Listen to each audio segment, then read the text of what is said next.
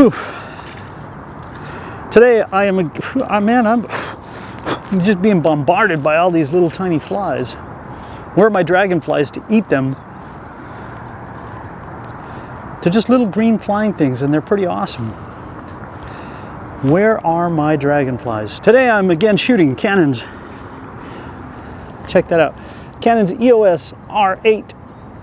And I have on here the 800 f11. This is a very underrated lens, and I will admit that when I first heard about this, I thought 800 millimeters f11, poo-poo, because my favorite lens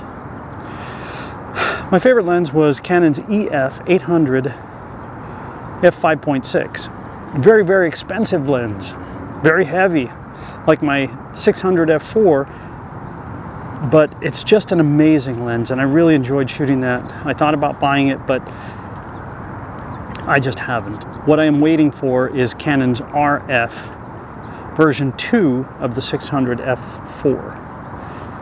And hopefully on the horizon it'll be there.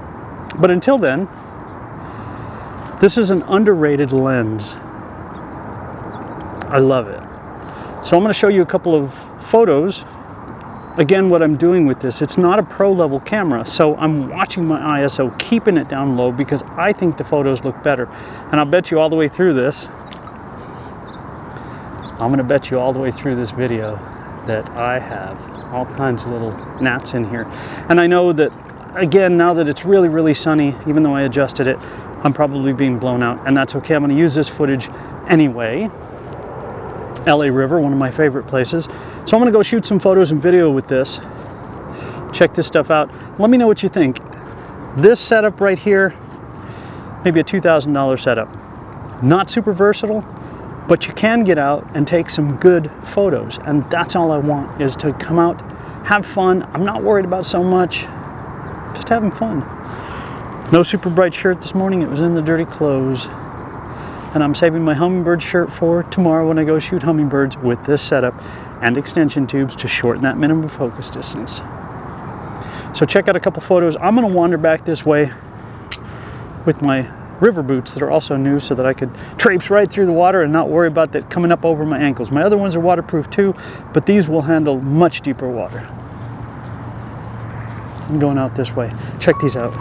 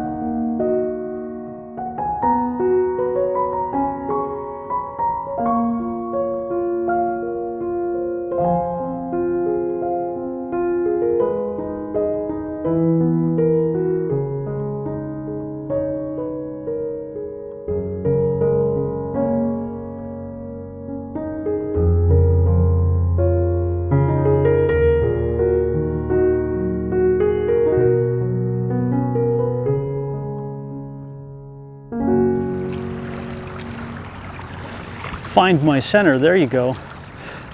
Now before somebody says, hey, think about what you're stepping on here, this is actually a flood channel.